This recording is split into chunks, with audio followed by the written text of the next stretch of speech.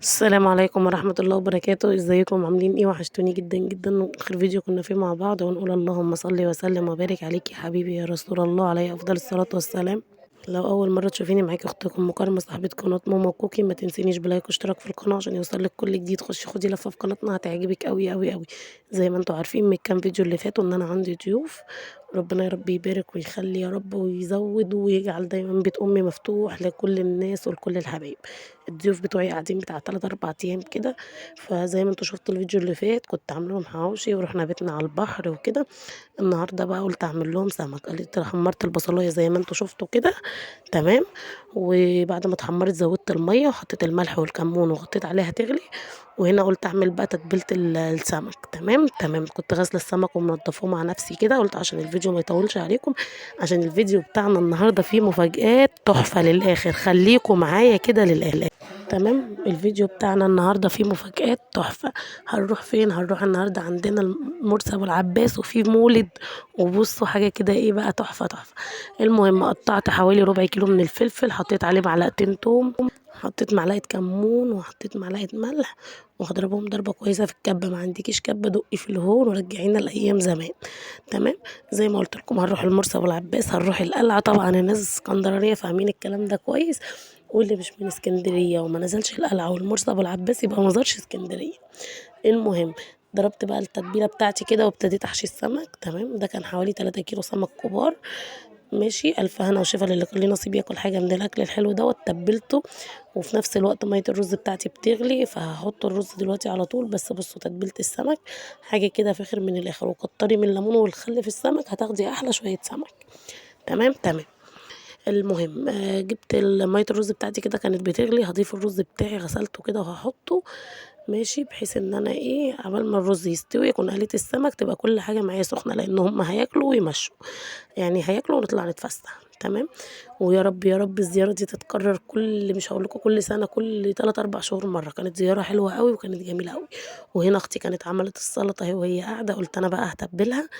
تمام. وتتبيله السلطه بتاعتي معروفه: شطه حمرا وكزبره ناشفه وشويه كمون وشويه ملح وشويه خل. التتبيله دي عالميه كده. شويه تاكلي شويه سلطه بالف هنا وشفا للي كان ليه نصيب ياكل حاجه منهم. المهم كنت عايزه ارحب باخواتي اللي نوروني جديد في القناه. وجودكم على راسي من فوق، شرفتوني ونورتوني كده. ويا رب يديم علينا يا رب تجمعاتنا الحلوه ويزودكم اكتر واكتر ونوصل ل100,000. خلاص داخلين على 2000. يلا بينا نكمل.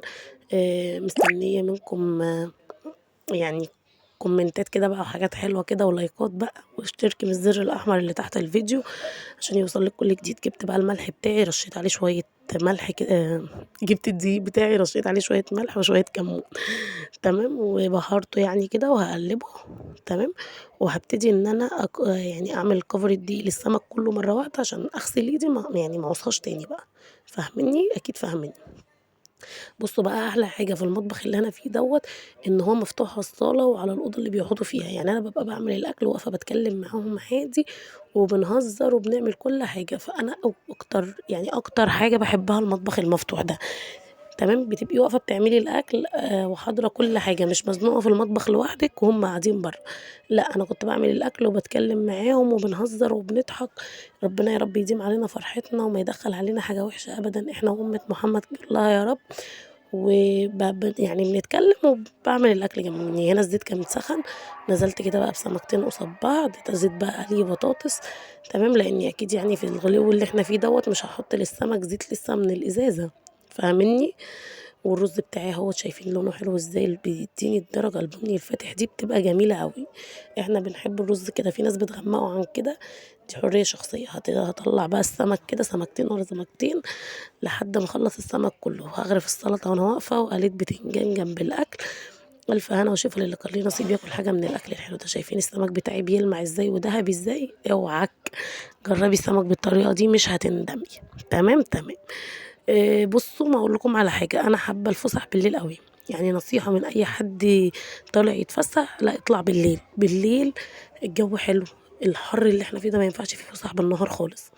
تمام. وبعدين لازم بقى يعني نشبع الاولاد من الفسح ونظبط لهم نفسيتهم كده قبل المدارس، علشان خاطر يخشوا على المدارس في بقى ايه قوه كده والتشجع ان احنا داخلين بقى، احنا خلاص اخدنا متعتنا طول الصيف اتفسحنا ورُحنا جميع كل حتة، هنا كان في سمكتين في النار لسه باطلّعهم، وغرفت الرز أهو كمان، طبعًا أنا غارفة يعني أطباق عندي ياما بس عندي الرخامة ما بتاخدش. أخدنا بقى متعتنا طول الصيف من الفُسح، من الخروجات، من كل حاجة حلوة. لأ إحنا بقى نبتدي بقى إن إحنا في فترة في حياتنا لازم نركّز في مستقبلنا. لازم إن إحنا نعمل حاجة نتكافئ عليها في الصيف الجاي، فاهماني؟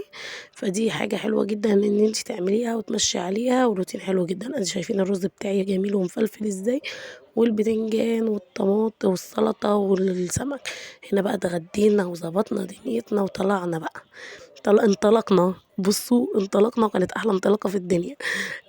طلعنا على المرسى أبو العباس أهوّة لسه واصلين، داخلين بقى بُصّوا الدنيا زحمة جدًا. تمام، عشان زي ما قُلت لكم النهارده مولد وكده، فيعني الحمد لله. رُحنا بقى كده بُصّوا طبعًا أنا مش هاقول لكم ما ركبتش مراجيح، أنا المراجيح دي كلّها ركبتها تمام، وكان نِفْسي أكتر مُرجحة أركبها اللي هي المركب ديّة وركبتها، وركبنا الساقية اللي هناك فاهمينّي، ركبنا المراجيح دي كلّها بصراحة. تمام، بُصّوا طبعًا هاقفل دلوقتي يعني هاصوّر شوية حاجات كده معاكم وبعد كده هاقفل الكاميرا، أروح أتمرجح وأرجع لكم تاني. المهم بُصّوا اليوم كان جميل جدًا بُصّوا كانت أجواء جميلة، جميلة، جميلة بجد يعني الحمد لله ربنا يديم علينا نعمة الفرحة يا رب والنعمة الحلوة اللي إحنا عايشينها. هنا بقى إيه، كنا رايحين فين كده، كنا رايحين فين؟ استنوا كده معايا، كنا رايحين نركب الساقية ماشي. وبُصّي أحلى حاجة كمان لمّا تبقي خارجة مع ناس بتحبيهم، ناس عُزاز على قلبِك، ناس ربنا يا رب يخلّيهم ليّا ويخلّيني ليهم يا رب، ناس باحبهم جدًا. دي بس في حد ذاتها بتبقى فرحة من القلب، فاهمينّي؟ اليوم دوّة مروّحين 04:00 تمام. لمّا روّحنا بيقولوا لي: "أنتِ مش بتاعة سهر خالص." أنا يا جماعة واحدة باحب أنام بدري، ما باحبش السهر أصلًا، فاهماني؟ ف04:00 ده بالنسبة لي لأ، أنا عايزة أنام، أنا كنت ماشية معاهم في العربية بانام. أهو بُصّوا هنا كنا راكبين دي كده أيوه، تمام، أو لأ كنا لسه رايحين نركب وكوكي ركبت وكنت مفكراها هتخاف من اللعبة دي، بس بصراحة ما خافتش خالص طلعت شجاعة زي مامتها. وهنا كانت بتقول لكم إزيكم يا صحابي وحطّوا لايك وأنتم من زمان ما شفتوهاش. بُصّوا يعني كده بقى تمام. وبعد كده ركبتهم اللي هي المرجحة أيوه ديّة اللي بتنوّر دي تمام. ركبوها وكوكي هنا كانت راكبة العربية اللي بتلِف، وكنت أنا ساعتها راكبة العربية الكبيرة أو العروسة فاهمينّي، فبتلِف جامد، فجيت قالوا لي وأنا باركب قالوا لي: "لأ ممنوع ركوب الأطفال." فقُلت لهم: "خلاص." ركّبتها هنا تمام، وسِبت يعني حد واقف معاها ورُحت أنا ركبت العربية الكبيرة. الحمد لله. طبعًا كنت زعلانة جدًا يعني الحمد لله إن فيديوهات بلطيم اتمسحت، بس برضه مش اتمسحت التليفون باظ وما اتصلّحش، فكنت زعلانة لإن كان فيها فيديوهات حلوة وفيها فيديوهات جميلة، بس الحمد لله. وهنا برضه ركبوا ديّة الأطفال تمام، لإن دي أطفال مش كبار، في هناك لعب للأطفال ولعب للكبار، واللي ينزل إسكندرية لازم يزور المرسى أبو العباس ويخش القلعة. بُصّوا حاجة كده وَهْم. تمام، فلازم اللي يروح ييجي إسكندرية يعني من أي حد يزور المرسى أبو العباس ويروح القلعة، تحفة، تحفة ووَهْم وحاجات جميلة أوي. طيب اكتبوا لي بقى أنتم منين كده في الكومنتات وقولوا لي كده إيه إحنا من إسكندرية، من القاهرة، كده عرّفوني خلّينا نتعرّف ببعض يا جماعة وندردش. تمام. المهم هنا بقى كنت مركّباهم اللعبة دي برضه ماشي، يعني ما هو أنا ما كنتش بصراحة ما كنتش فاضية إن أنا إيه، ألعّبهم، فأنا كنت باتمرجح وهُم بيركبوا في أي مرجحة هُم عايزينها فاهمينّي؟ بس المشكلة إن اللعب اللي كنا بنلعبها أنا وأختي وكده لعب كبار، فما ينفعش يركبوها الأطفال، فكنا سايبين الأطفال تتمرجح براحتها وإحنا بنتمرجح براحتنا. بس اللعبة دي جميلة أوي عجبتني وشكلها جميل أوي، رب ديم علينا الفرحة يا رب. زي ما قُلت لكم ما تنسونيش بالكومنتات الحلوة، وبرضه اللعبة دي جميلة أوي. تمام، دي أنا ركبتها. بجد كان يوم تحفة الحمد لله ولله الحمد، عدّى بخير وسعادة وسلام. يا رب تديم علينا الفرحة يا رب كده إيه، أيامنا كلّها تكون سعادة وتكون خير وتكون فُسح وتكون خروجات، أيام حلوة وجميلة. اسمعوا بقى المديح.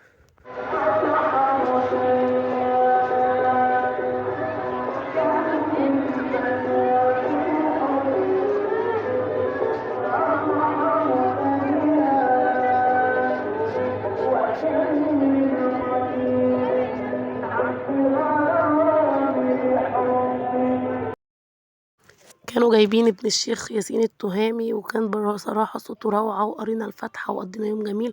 وبعد كده طلعنا على القلعة. بصوا بقى، ده مدخل القلعة حاطين سفينة كبيرة كده، كان شكلها حلو أوي، كان نفسي أصورها لكم صح بس معرفتش، بس هي شكلها وهم.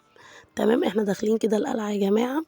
تمام، وأول ما تخشوا من الباب من جوه أهو، في ناس بتقابلكم بتقول لكم عايزين تقعدوا، عايزين كراسي، في اللي هو اللبس الاسكندراني بتاع زمان اللي هو الطرابيش وكده. وبصوا المركبة دي عجبتني أوي بصراحة، بتتباع هناك برضه بس نسيت أسأل عليها بصراحة، بس شكلها وهم تحفة كده، تحسوها زي مراكب القراصنة.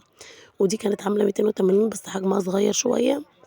ده غير بقى التحف والحاجات اللي هي من قاع البحر والحاجات دي، حاجات جميلة أوي، حاجات كده اسكندرانية بجد، حاجات جامدة أوي.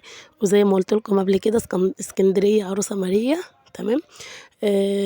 اللي عايز يعني يشوف أجواء أكتر في اسكندرية يكتب لي وأنا هاصور لكم كل حاجة. هنا بقى كده كانت القلعة طبعًا بالنهار بتبقى مفتوحة وتقدروا تخشوا فيها من جوّه، بس طبعًا إحنا عشان بالليل كانت قافلة، بس حوالين منها بقى وهم، والبحر جنبكم، وفي مراكب لو عايزين تركبوا يعني مراكب وتخشوا المَيّة. تمام، طبعًا هاحاول الفيديو الجاي يكون في مراكب ونخش البحر مع بعض. وبصوا هنعمل شوية أجواء تحفة، بس ما تنسونيش بلايك واشتراك في القناة عشان أقدر أصور لكم وأتشجع كده وأعمل لكم حاجات حلوة. وقولوا لي إيه رأيكم في روتينات الفيديوهات اللي فاتت، عجبتكم والّا لأ؟ أستودعكم في الله الذي لا تضيع ودائعه، ومع السلامة.